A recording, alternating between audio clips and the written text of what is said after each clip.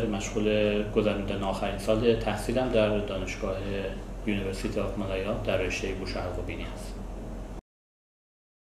من بعد از اینکه از دانشگاه مشهد مدرک دکترای عمومی رو گرفتم، با همکاری چند تا از دوستان اولین مرکز درمان در منزل رو در مشهد راه‌اندازی کردیم.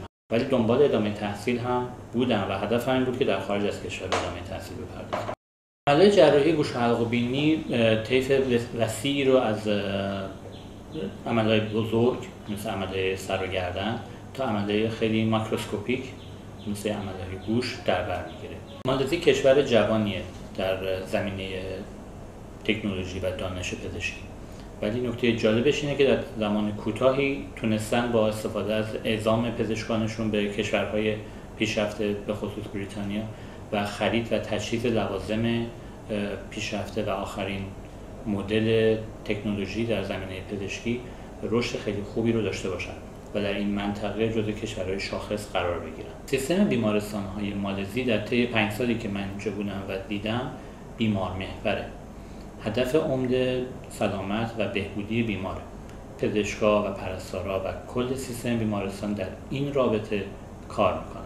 برای به دست آوردن این هدف نکته جالب اینه که بیمارستانات و سیستم آموزشی و پزشکی مالزی تمام توان خودش رو به کار میبره تا با استفاده از تکنولوژی‌های روز و جدیدترین یافته‌های پزشکی بتونه بهترین خدمت رسانی رو به بیمارانش بکنه، چه لوکال و چه خارجی. این نقطه قوت سیستم مدیکال در مالزی هستش که من واقعا تحسینش میکنم.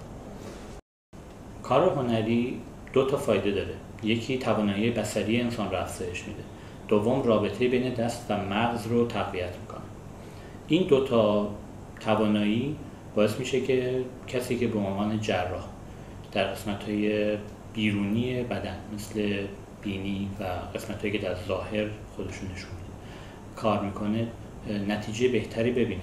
دید سه‌بعدی که یک مجسمه ساز توی کار هنری خودش داره به همون نسبت میتونه در جراحی‌های بازسازی صورت و بدن کارایی خاص خودش رو داشته. من خودم متوجه میشم که به خاطر همون تجربه قدیمی که در کار مجسمه سازی داشتم، الان وقتی بیمار رو میبینم خیلی راحت میتونم دفورمیتی ها و نقایص صورتش رو تشخیص بدم. من متأهل هستم.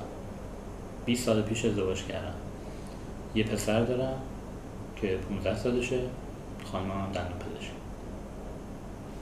اگه وقت آزادی باشه، وقت فراغتی پیدا بشه، خب با خانواده میگذرونم. انسان پزشکی رو در کتابخونه یاد نمیگیره. باید با استاد و با کسی که در این زمینه تجربه خوبی داره باید کار کنی و ارتباط خوب و نزدیکی با بیمار داشته باشی. بیمار و راحتی و آسایش بیمار هدف اصلی ماست.